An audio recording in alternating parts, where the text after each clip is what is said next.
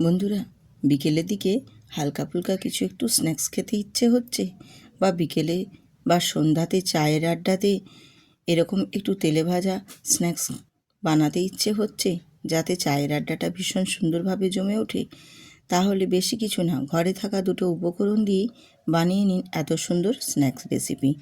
আজকে আমি কি দুটো উপকরণ দিয়ে এই স্ন্যাক্স রেসিপিটি বানাচ্ছি আপনাদের সাথে সম্পূর্ণটাই শেয়ার করছি। আপনারা দেখুন, আশা করছি আপনাদের ভীষণ ভালো লাগবে। আর যদি ভালো লেগে থাকে অবশ্যই কিন্তু বন্ধুদের সাথে শেয়ার করে ভিডিওটিতে একটি লাইক দেবেন, এবং যদি অতি ভালো লেগে থাকে তাহলে কিন্তু বন্ধুদের সাথে শেয়ার করে পাশে থাকবেন। আর নতুন নতুন বন্ধুদের বলছি, ভিডিওটি দেখার পর সাবস্ক্রাইব করে বেল আইকনটি প্রেস করে রাখতে ভুলবেন না। তাহলে নিত্য নতুন রেসিপি নোটিফিকেশান চলে যাবে আপনাদের কাছে। তো চলুন, আমি আজকে কি দুটো উপকরণ দিয়ে বানিয়ে নিচ্ছি এত সুন্দর একটা স্ন্যাক্স রেসিপি, সেটাই আপনাদের সাথে আজকে শেয়ার করছি। আমি এখানে দেখো চিঁড়ে নিয়েছি, একটা বাটির 1 বাটি চিঁড়ে নিয়েছি, মাঝারি সাইজের একটা ছোট বাটিতে। আর সেটাকে এই পাত্রের মধ্যে খুব ভালো করে আমি 2-3 বার জল পাল্টে পাল্টে ধুয়ে নেব, কারণ বাজার থেকে চিনে আনা চিঁড়ে ভীষণই পরিমাণে নোংরা ধুলো থাকে। এই কারণে চিঁড়েটা খুব ভালো করে আগে ধুয়ে নিতে হয় জল পাল্টে পাল্টে 3-4 বার। তো আমি এখানে পাতলা চিঁড়েটা নিয়েছি, তোমরা চাইলে মোটা চিঁড়েটাও নিতে পারো। তো পাতলা চিঁড়েটা নিলে কি হয়, পাতলা চিঁড়েটা ধুতে ধুতেই কিন্তু বেশ সুন্দরভাবে একদম ভিজে যায়। দেখো আমি তোমাদের দেখিয়ে দিচ্ছি। আর যদি মোটা চিঁড়েটা নিতে চাও সেক্ষেত্রে কিন্তু চিঁড়েটা ধোয়ার পর 10 মিনিট ভিজিয়ে রেখে দিতে হয়, যাতে ভিজে খুব সুন্দরভাবে নরম হয়ে যায়। যেহেতু আমি এখানে পাতলা চিঁড়ে নিয়েছি সেক্ষেত্রে আর ভিজিয়ে রাখার কোনো প্রয়োজন নেই। আমি ধুয়ে নেওয়ার পর, চিঁড়েটা ভালো করে ধুয়ে নেওয়ার পর এখানে একটা আলু সেদ্ধ করে নিয়েছিলাম। তো আমার এখানে পুরো একটা গোটা আলু লাগবে না, আমি অর্ধেকটা দিচ্ছি আলুর। এখানে একটা গ্রেটারে গ্রেট করে আলুটা আমি নিয়ে নেব। এই চিঁড়ের সাথে এই সেদ্ধ আলু দিয়ে আজকে বানিয়ে দেখাবো এই সুন্দর স্ন্যাক্স রেসিপিটি, যেটি বিকেলে চায়ের আড্ডায় ভীষণভাবে জমে উঠবে। এছাড়াও বাড়িতে গেস্ট আসলেও কিন্তু ভীষণ সুন্দরভাবে বানিয়ে দিতে পারবেন। ভীষণ সুন্দর লাগে খেতে, যেমনি ভালো লাগে তেমনি বানানোও ভীষণ সহজ। ঘরে থাকা উপকরণ দিয়েই বানিয়ে নিতে পারবেন। আলুটা গ্রেট করে নিয়ে তারপর আমি এখানে দিয়ে দিয়েছি দেখো স্বাদ মতো নুন, আর দিচ্ছি চিলি ফ্লেক্স, আর এর মধ্যে দেব গোটা জিরে। গোটা জিরের ফ্লেভারটা ভীষণ সুন্দর আসে, গোটা জিরেটা মাস্ট দেবেন, খেতে ভীষণ ভালো লাগে। আর কালারের জন্য দিয়েছি হলুদের গুঁড়ো, আর এখানে কাঁচা পাকা লঙ্কা দুটো দিয়েছি, গ্রেট করে নেওয়া আদা দিয়েছি অল্প একটু, আর দেব কারি পাতা, আর দেব এখানে একটা পেঁয়াজের কুচো। পেঁয়াজের কুচোটা অবশ্যই দেবেন, খেতে ভীষণ ভালো লাগবে। এই স্ন্যাক্সের ক্ষেত্রে পেঁয়াজটা কিন্তু যখন ভাজা হবে পেঁয়াজটা আধো আধো হয়ে খেতে ভীষণ টেস্টফুল লাগবে। আর দিয়েছি এখানে অফ ক্যামেরায় আমি চিনে বাদাম ভেজে নিয়েছিলাম কয়েকটা, সেই বাদামের খোসাগুলো ছাড়িয়ে 2 খণ্ড করে নিয়েছি, দিয়ে এবারে এর মধ্যে দিয়ে দিয়েছি।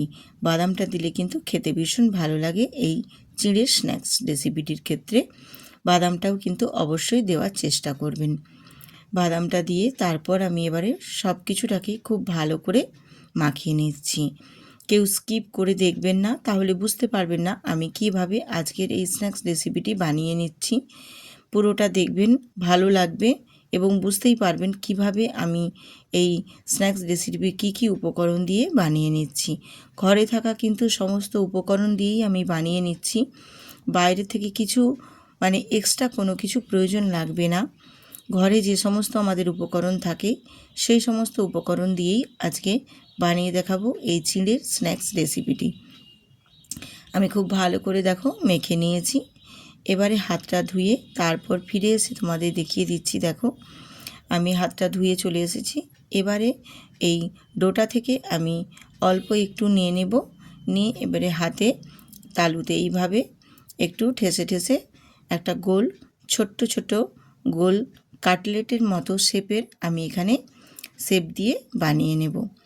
এই দেখো কত সুন্দর করে একটু হাতে তালুতে গোল করে নিয়ে আমি একটু চেপে দিয়েছি, যাতে বেশ দেখতে সুন্দর লাগে। এই রকমভাবে আমি প্রত্যেকটা স্ন্যাক্সই বানিয়ে নেব। তো আবারও আমি আরেকটা তোমাদের দেখিয়ে দিচ্ছি। দেখো, এই রকমভাবে হাতে তালুতে গোল করে ঘুরিয়ে নিয়ে এরকমভাবে একটু চেপে দেবে, খুব সুন্দরভাবে একদম গোল গোল কাটলেটের শেপ নিয়ে নেবে। তো তোমাদের দেখার সুবিধার্থের জন্য বা তোমাদের বোঝানোর জন্য আমি এখানে একটা লম্বা শেপের শেপ দিয়েছি। দেখো, লম্বা গোল যার যেটা প্রয়োজন হবে বা যার যেটা পছন্দের মতো এরকমভাবে শেপ নিয়ে নেবে, তাহলে দেখতে ভালো লাগবে, খেতেও ভালো লাগবে। খাওয়াটা তো কোনো ব্যাপার নয়, যে যেরকমভাবে শেপ দেবে সেই মতোই খেতে বেশ সুন্দর লাগবে, কারণ জিনিসটা তো একই, শুধু আকারটা একটু 19-20 হবে, এই যা। তো এই রকমভাবে দেখো আমি সবগুলো বানিয়ে নিয়েছি, বানিয়ে রেডি করে নিয়েছি, আর দেখতেও কতটা সুন্দর হয়েছে। দেখো, এই রকমভাবে ছোট ছোট গোল গোল করে নিয়ে এই স্ন্যাক্সটা রেডি করে নিয়ে এরপর আমি এগুলোকে সব তেলে ভেজে নেব। এবারে চলে যাব গ্যাসেতে। গ্যাসটা অন করে দিয়েছি দেখো, আর একটা ফ্রাই প্যান বসিয়ে দিয়েছি, আর ফ্রাই প্যানের মধ্যে দিয়ে দিয়েছি তেল। তেলটাকে খুব ভালো করে আগে গরম করে নেব। তেলটা ভালো মতো গরম করে নেওয়ার পর তারপর গ্যাসটাকে আমি একদম লো টু মিডিয়ামে রেখে দেব, দিয়ে আমি স্ন্যাক্সগুলোকে ভেজে নেব। আর স্ন্যাক্সগুলোকে দেওয়ার পর তারপর গ্যাসের ফ্লেমটাকে কিন্তু একদম লোতে করে দেব। তার কারণ আস্তে আস্তে করে যখন এই স্ন্যাক্সটা ভাজা হবে একদম ভিতর পর্যন্ত মুচমুচে এত ক্রিস্পি হবে, খেতে ভীষণ ভালো লাগবে। একবার হলেও বন্ধুরা বাড়িতে বানিয়ে দেখবেন, খেতে ভীষণ ভালো লাগে। এছাড়া বাড়িতে গেস্ট আসলেও তাদেরও বানিয়ে দেবেন, ভীষণই ভালো লাগবে। এত সুন্দর এবং এত কম সময়ের মধ্যে রেডি হয়ে যায়, তোমরা নিজেরাও বুঝতে পারবে না যে সত্যি ভীষণ কম সময়ের মধ্যে বাড়িতে থাকা উপকরণ দিয়ে ঝটপট বানিয়ে নিতে পারবেন। এই রকমভাবে আমি স্ন্যাক্সগুলোকে 1 মিনিট মতো একটু ভেজে নেব। ভেজে নেওয়ার পর আমি ক্যাসরোলা দিয়ে একটু চেপে চেপে দেব, তাহলে বেশ সুন্দরভাবে ভাজাটা হবে। কিন্তু এই রকমভাবে একটু চেপে চেপে দেওয়ার পর মিনিট খানেক আমি ভেজে নিয়েছি। ভেজে নেওয়ার পর তারপর উল্টে নেব। এই রকমভাবে একটু সময় নিয়ে ভেজে নিলে যখন অপর পাশটা উল্টানো হবে তখন কিন্তু একদমই প্যানের গায়ে জড়িয়ে যাবে না, বেশ সুন্দরভাবে উঠবে, আর অপর পাশটা ভাজাটাও বেশ সুন্দরভাবে হবে। আর গ্যাসের ফ্লেমটা যেহেতু লোতে আছে, সেক্ষেত্রে একটু কিন্তু সময় নিয়েই ভেজে নিতে হবে। এই রকমভাবে যদি সন্ধ্যের স্ন্যাক্স রেসিপি বা চায়ের আড্ডাতে যদি এই রকমভাবে বানিয়ে নেন, খেতে যেমনি ভালো লাগবে তেমনি কিন্তু ভীষণ সুন্দর। বাজার থেকে আর চড়া দামে কিনে এনে খাওয়ার কোনো প্রয়োজন পড়বে না। বাড়িতেই যদি দুটো উপকরণ দিয়ে এইভাবে বানিয়ে নিতে পারেন, তাহলে বাজার থেকে পয়সা খরচ করে চপ সিঙ্গাড়া কিনে এনে খাবার কোনো প্রয়োজন পড়বে না বন্ধুরা। বাড়িতেই এই রকমভাবে বানিয়ে নিলে ভীষণ মুচমুচে একটা ক্রিস্পি স্ন্যাক্স রেসিপি আপনারা বাড়িতেই বানিয়ে বাড়িতেই ট্রাই করতে পারবেন। এছাড়া গেস্ট আসলেও আপনারা বাড়িতে বানিয়ে নিতে পারবেন, নিজেরাও বাড়িতে বানিয়ে খেতে পারবেন। এত সুন্দর একটা মজার রেসিপি, যেটা না দেখলে বন্ধুরা আপনারা বুঝতেই পারবেন না। এবং কি কি উপকরণ দিয়ে বানালাম সেটাও আপনাদের সাথে শেয়ার করলাম, সম্পূর্ণটাই আপনাদের সাথে শেয়ার করেছি। যদি ভালো লেগে থাকে অবশ্যই কিন্তু বন্ধুদের সাথে শেয়ার করবেন, এবং নতুন নতুন বন্ধুরা সাবস্ক্রাইব করতে ভুলবেন না। এই রকমভাবে দেখো আমি প্রত্যেকটা স্ন্যাক্সই খুব সুন্দর করে একদম লাল লাল মুচমুচে করে ভেজে নিয়েছি। এবার এগুলোকে আমি তুলে নিচ্ছি।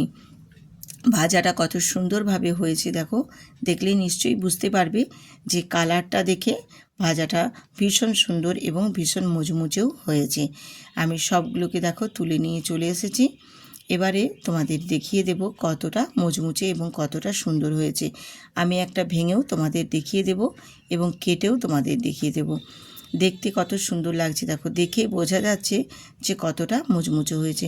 আমি তোমাদের আওয়াজটাও শুনিয়ে দিচ্ছি, দেখো যে আওয়াজটা শুনলেই বুঝতে পারবে যে কতটা মুচমুচে হয়েছে।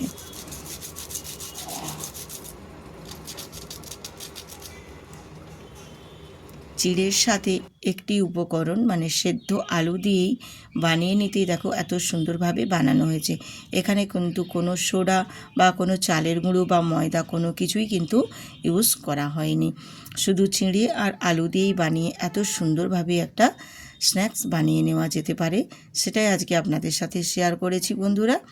ভালো লাগলে অবশ্যই পাশে থাকবেন, আর নতুন নতুন বন্ধুদেরও বারবার রিকোয়েস্ট করছি পাশে থাকবেন। কিন্তু আজ এইখানেই রাখছি, আবার আসবো আরেকটি নতুন ভিডিও নিয়ে আপনাদের মাঝে। সবাই সুস্থ থাকুন, ভালো থাকুন।